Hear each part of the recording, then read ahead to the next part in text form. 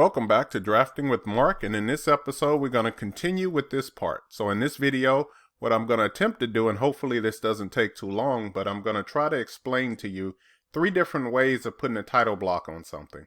Now, kind of going into this is that we're going to use a size. So if you're not typically familiar with an A size, I will show you what an A size is, and if I remember, and I'm going to try to remember somewhere in the video, when we go to print, you can see where all the other typical sizes are that drafters are in the drafting industry that people are referred to.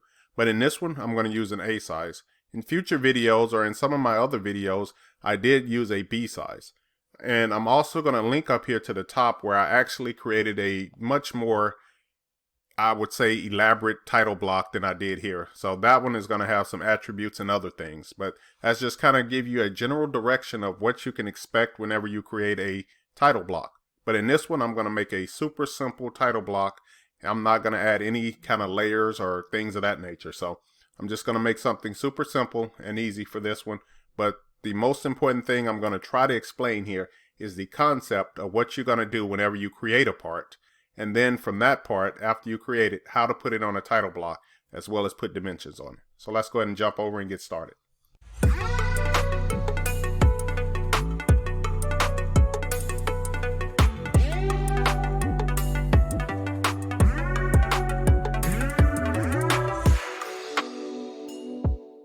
Okay, so let's go ahead and make 2 other copies of this one, because what I like to do is I tend to like to show you on all 3 of them, right? So I'm just going to click this plus here, and that's going to give me another drawing. And then I'm going to click it also one more time. And what I'm doing this for is that in drawing 1 here is my original drawing that I created. The second one is going to be for the annotation method, which I'm going to show you. And this last one is going to deal with the paper space, right? So this first one, we're going to do everything standard. The first thing I'm going to do, though, is that I'm just going to select all of this, and I'm going to hold down the control button and hit C on my keyboard, and I'm just doing a copy, right? So you see I just copied 13 objects to my clipboard. I'm going to jump over here to drawing 2, and now I'm just going to do a control V, and I'm just going to click here. And I'm also going to do the exact same thing in drawing 3 here. So I'll click on that one, and then I'll do a control V here and paste it there. So now I have those 3 drawings done in each one of those, right? So there's one, and then here's my original. All right, so starting with the original, what I'm going to do is I'm just going to go ahead and create a title block, right? And I'm going to create a simple A-size title block. Remember that anytime we're talking about an A-size, that's just going to be your standard sheet of paper. That's a 8.5 by 11. So I'm just going to create a rectangle. I'm going to click here's my base point, and then I'm just going to go ahead and create this rectangle, right? I'll type in 11, comma, 8.5. And it looks like it actually did something different, and I actually know why here. Let me go ahead and delete this real quick. And I'm just going to turn my dynamic input on, and it was off for some strange reason. Now I'll go ahead and make that rectangle. Click here, and then I'm going to type in 11, comma, 8.5. All right, I'm going to zoom into this rectangle, and then I'm just going to offset. And what we typically do on an offset is we either give it anywhere from 0.5 to 1/4 of an inch, just to give you the thickness, right? So I'm just going to use this offset, select my rectangle that I created, and offset it to the inside. So what I have here is that the outside is representing the physical, actual paper that you're going to see, and then this is kind of the border that's on the inside of it. Once again, if you want to kind of know a little bit more about this, I will refer you to the video where I actually made a A-size and a B-size title block with attributes and some other things into it. But in this title block is going to be a much more simpler approach. All right, so the next thing I need to do is go ahead and make this a title block, right? So I'm going to use the block command, and I want to make this a block. So I'm just going to go to create block, and I'm clicking on the insert tab there and go to create block. It should bring open a dialog box. What I'm just going to name this is something simple. I'm just going to call it TB, and that's just going to stand for title block. I'm going to select a point. So I'm going to click that point, and then I'm going to pick here. Your title block should always be defined as the lower left corner should be at 0, 0. So when I go ahead and insert this in, my lower left corner will be at 0, 0. Next thing I'm going to do is I'm going to go to select objects, And then I'm going to select the objects that I want to include in my title block, right? So I'm just going to select these two objects. Go ahead and hit the enter button. And then hit OK. Now the good news about this is that now this is one object, right? I have a huge benefit of having this as one object. Is that now I can use the properties command, and I'm just going to type in PR, enter, and it should bring open my properties window. And that's what I see over here on the side. I have mine turned and set to auto hide. Yours should probably stay on, but the auto hide feature is located here. Alright, so I'm going to go ahead and select my title block now, and then I'm going to come over here in the properties, and where I see position X, position Y, and position Z, I'm going to change all of those numbers to 0. So I'm going to go to 0, hit the tab button, 0, and hit the tab button, right? So all of those are set to 0. Now what that done is I actually moved my title block lower left corner to 0. So when I zoom out, you're going to see that at my UCS, the title block should appear there. Let me kind of scroll out a little bit more. Now the next thing I need to do is define how big I want my title block to be. So there are some predefined settings that you can use to set up your title block, and I should link that here in the video, is that there are some sizes that you can use for standards. Okay, so here is going to be the typical scale factors that you're going to use in order to scale your drawings up with the appropriate scale. What I'm going to use is strictly this column here. So wherever you see the scale factor column is going to be the number that's going to be the most important. So the scale factor column is here, here, or here, right? So depending on which type of drawing that you're creating, you're going to use the appropriate scale factor. This happened to be a metric drawing, so I'm going to be dealing with the scale factors that are located along here, right? So you can see the numbers when we're using the metric ones are going to be quite simple. But if you're going to use architectural or mechanical ones, you do have the appropriate numbers that you can use for those. Okay, so what I'm going to do is I'm going to select my title block again, and those scale X numbers is going to be what I'm going to put in the scale factor. So for scale X and scale Y will be that number. I'm going to type in 20, tab, and 20, and I made 20 as both of those numbers. Next thing I'm going to do is I'm going to place this object on the inside of this title block, right? So I'm just going to use a simple move command. So I'll go back to the home screen, go to move, go ahead and select my object here, enter, and go ahead and turn off my ortho just so I can move this freely and place it on the inside here, right? All right, so now remember that this is the standard method. One of the disadvantages of the standard method is that you have to make sure that you go and change a lot of things. I'm going to first type in LTS. This stands for line type scale. I'll go and hit enter, and then I'm going to type in the line type scale of this number, which is going to be 20. So that number has to match your scale factor. So I'll go ahead and type in 20 there. The next thing I'm going to do is, since I have center points on this, and remember that if you're using a newer version of AutoCAD, this is super beneficial that whenever you use these center marks and center lines, is that it will automatically adjust these, right? So what I got to do first is that I have to adjust the extension from these. So that command is going to be one that you have to type in, and it's called center exe.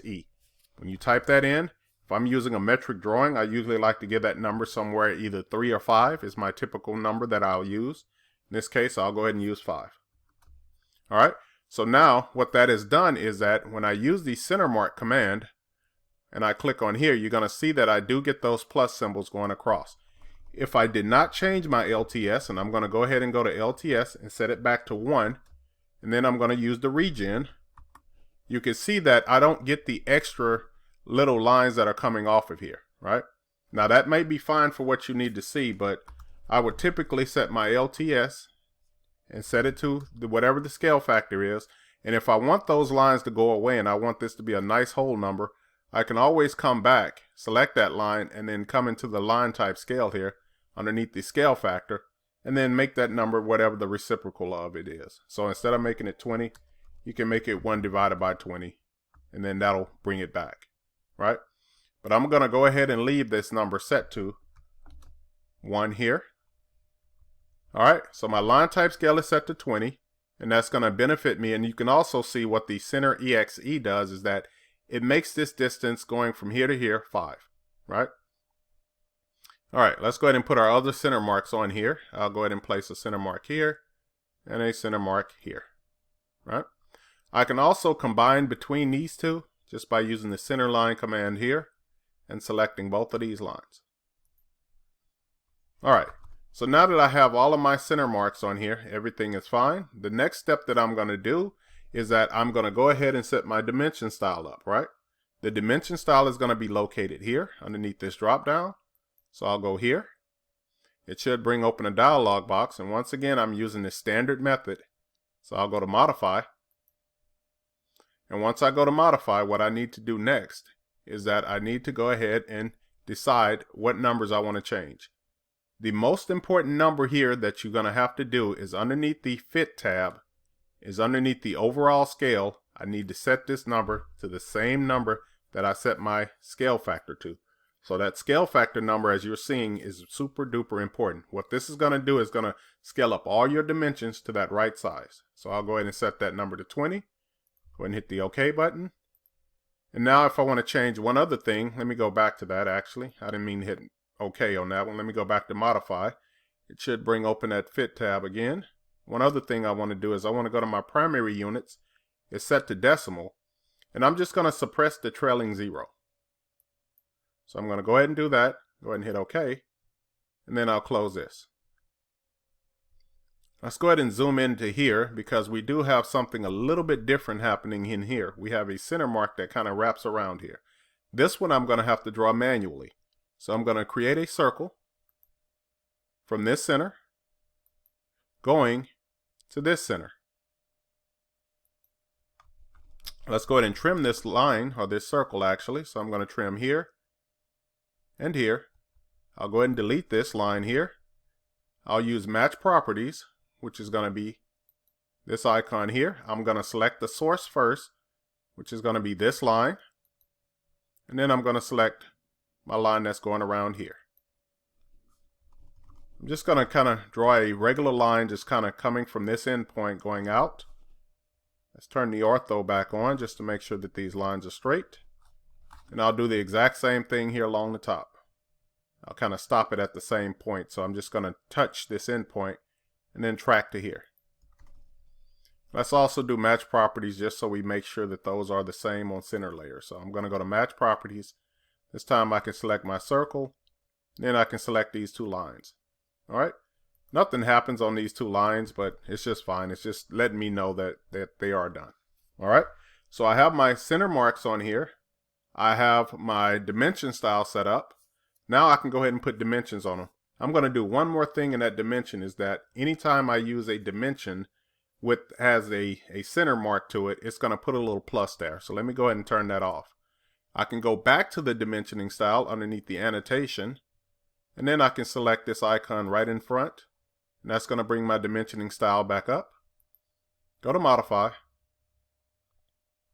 and then once I'm waiting on this dialog box to appear, come to the symbols and arrows tab, and then I have to tell it that I don't want any center marks to show up. Since I put the center marks on, I don't need them to show up. Let's go to OK and close. All right. Let's do some quick dimensioning on this one. So I'll go to dimension, radius, and let's click these radius. And I'm just going to hit the enter button after each time, just to kind of save me from having to go back up there every time. So I'm just hitting enter after I click and place each dimension. And you can see this one would have that plus up there if I didn't turn it off. Let's go ahead and keep continuing and putting all of our radius, or I should say radii, on our drawing. Okay. Then let's go ahead and put our linear dimension on. So let's go to linear dimension. Click this endpoint to this endpoint. Come down and place it. And then underneath the annotate tab, I'm going to use the continue option, just so it allows me to continue to the next one here. All right. So that is done really simply, quick, and things of that nature. So I'm happy with this drawing, and that's kind of one quick way of doing this. And so I have this drawing all set up. Remember that this is the standard method. Let's jump over to our drawing number 2 and take a look at how to do this with the annotation option, right? Let's go ahead and turn the grid off. And what I'm going to do first is I'm going to bring in my title block, right? I can use the copy and paste method, but I want to show you one other thing here. And underneath the View tab, there is something called the Design Center. The Design Center tab is located here. And what the Design Center tab will let you do is that it'll let you pull stuff from other drawings. It can do anything from like layers and all kinds of things, blocks. So I'm just going to go to Open Drawings. Now I'm on drawing number 2 right now. I'm going to go and pull that title block from drawing number 1. So while I have Open Drawings, I'm going to go to drawing number 1. I'm going to click on the blocks, and now you see TB. Once I see TB here, I'm going to select it, and then I'll right click on it, then I'll go to Insert Block. It's going to ask me where I want to put that block at. I can click this off and tell it that I want it at 0, 0, 0, and that's just going to save me an extra step of moving this later. I do know the scale size of this one because we're using the annotation option. It's the exact same scale size. So I can go ahead and do some pre-stuff though, so I don't have to do it in the properties. And everything from this point should be fine. Let's go ahead and hit the OK button. And then I'm going to go ahead and close the Design Center, right? So that's kind of one super duper quick way of getting everything done. Let's go ahead and move this up. So I'm just moving the move command and moving this up. All right, so here's where things are going to differ considerably. So remember in the standard method, we had to type in LTS to adjust the line type scale. Here underneath the annotation, I'm going to select the fly up next to it where it has the 1 equals 1, and I'm going to set that to 1 equals 20. When I do this, it's going to automatically adjust my line type scale for me. Now, I'm still going to have to type in center EXE to adjust that extension on the end of it, and I'm going to set it to 5. And remember, I'm doing this only because this is a metric drawing. If it was a standard or an inch drawing, the 0.18 should be fine. Let's go ahead and go back to the annotation tab and put our center marks on. So I'm just going to drop some center marks on here. The thing that you can see is that already these line types are already adjusted. I can go ahead and put the circle on here like we did with the other one. So I'm just going to draw that circle, place it at this center. I'm not going to go into all of the extra fancy stuff I did on the other one. I think you kind of get the message on how to create that. And underneath the Home tab here, I'll go to the Match. And I'm just going to match the properties to my circle here. All right. Here's another huge benefit of it, is that since I've done this here, let's go ahead and take a look at our dimension. So I'm going to go to the Dimension tab. Once this comes up, I'm going to use the annotative method. So I'm just going to double click on here. I verify that I'm using the annotative one because it says here at the top, this is my current one. Let's go to Modify, and we're going to make our same adjustments. So the first thing I'm going to do is I'm going to take a look at the Symbols and Arrows tab. I'll go ahead and set this to none. Underneath the Fit tab, you're going to see that now I no longer have this option or have to worry about this. It is pulling the adjustment off of what's happening down here at the bottom. Let's click on the primary units, and let's go ahead and suppress the trailing zeros, hit OK, and then close. And that's all I'm going to have to do to start putting the dimensions on. So I can go ahead and start doing the radius dimensions exactly like I did before with the other one. So remember, I'm just hitting the enter button, just like I did with the last one. And you can kind of see how easy this is once you kind of get one thing set up, is that you figured out the scale factor. The annotation makes it easy for us because it just pulls all the annotation stuff right off the bottom. So that's a huge benefit of using the annotation option. And then let's go ahead and use the continue option here on this one. And this one is done, right? All right, so real quick and simple, the true takeaway about using the annotation option is that it's a huge benefit of me not having to worry about adjusting the line type scales or even going into the Fit tab, and just in case I forgot what the scale factor is, I can do it rather quickly. All right, the last option deals with dealing with doing things in paper space, right? So let's jump over to the drawing 3. I'm going to go ahead and turn the grid off. All right, I'm going to go ahead and put my center lines and center marks on here. Now, one thing you'll notice that I didn't do is adjust any of the line type scale stuff. So I'm just going to go to center mark, and I'm going to place them on here. And I forgot to do one step. Let's go ahead and take this off. We still have to adjust the center EXE because we are still using a metric drawing. Once again, I'm going to make that number 5. Let's go ahead and put our center marks on here. And you can see how small these center marks are, or the line types, in reference to what they are before. Let's go ahead and place the circle one on here. And I'm trying not to make this drawing too long, and I do apologize if it's turning out to be that way. Alright, and let's go ahead and erase this. I'll go back to the Home tab, and then use the Match Properties. Let's go ahead and select this icon here, and then select here. Alright, so everything on this one is done. We got everything done the same way we had it before, but when we're dealing with paper space, I'm going to switch over to the Layout tab here, which is known as paper space. Let's go ahead and get rid of this viewport because I'm going to manually show you how to create a viewport. But if you can also use this one, but I will show you the manual way, so I'm just deleting that. Let's go ahead and bring in my title block. Same thing I did before, so I'll go to the View tab. Then I'm going to go to the Design Center. I'm going to select this title block, right click, tell it to insert.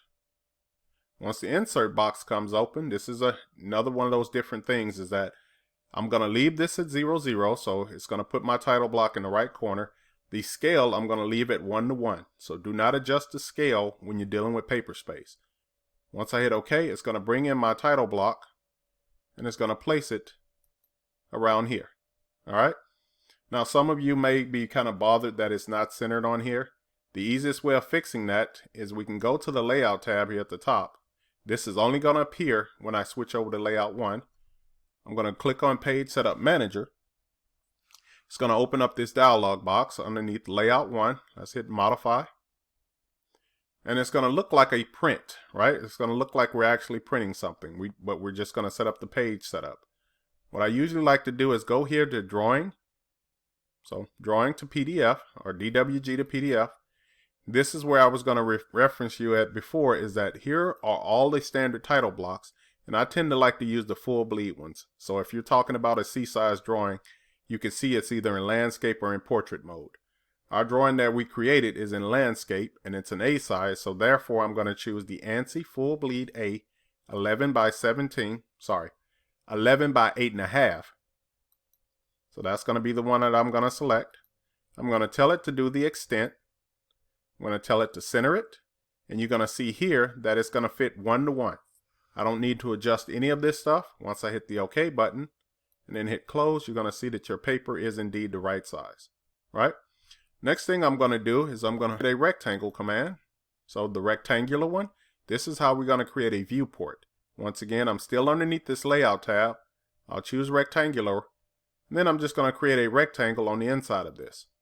Now I'm purposely picking it at these two endpoints, but I can pick it somewhere else. Alright, I'm going to double click on the inside of this viewport to activate it. You know it's activated because you see a bold line that's going around here. Then I have the scale sitting here at the bottom.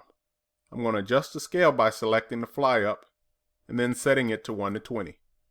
You're going to see that my screen should back up a little bit, and now I have this set to 1 to 20. In order for me to lock this, I can select the little lock icon here underneath it. Once I do that, the viewport is locked, so if I scroll in and out with my mouse, it does not lose my viewport scale, right?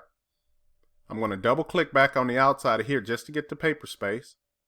And then let's go and set up our dimension style. So I'll jump to the annotation tab here.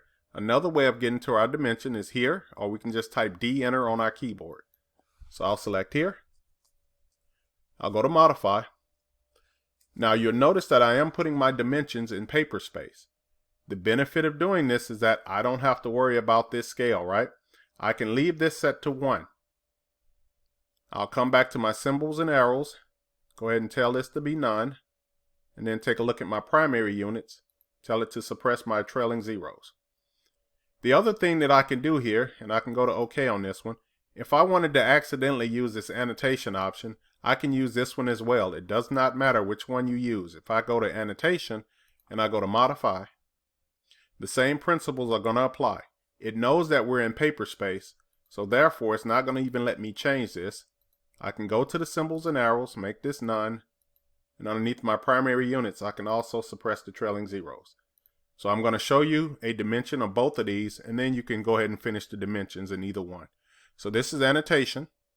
I'm going to go to close. And remember that we're still dealing with paper space. I'm just going to go ahead and put a rectangular dimension on this one. So underneath it, just fly down or drop down, choose rectangular. I'll go ahead and click this endpoint, and you're going to see that it will adjust to that, right? Let's go ahead and change our dimension style. So right now it's setting at annotative. Say I wanted to use a standard one. So now it's telling me standard is my current one. I'm going to use the same command, which is the radius one. I'm going to select this arrow on the inside and here. So you see that no matter which one you use, as long as you let it set the same way, it's going to do the exact same thing. All right. So you can go ahead and finish and do the rest of the dimensions on this, but these are the 3 ways that I like to put a title block on drawings. Once again, if you stuck with me this long, I think you probably want to subscribe and you enjoying this kind of content. So thank you for listening to me for this long of a time, and I do appreciate you sticking around. If there's something else that you would like to see me do, or you enjoy more videos like this, go ahead and leave a comment in the description below, and I'll see you in the next video. Once again, thank you for watching.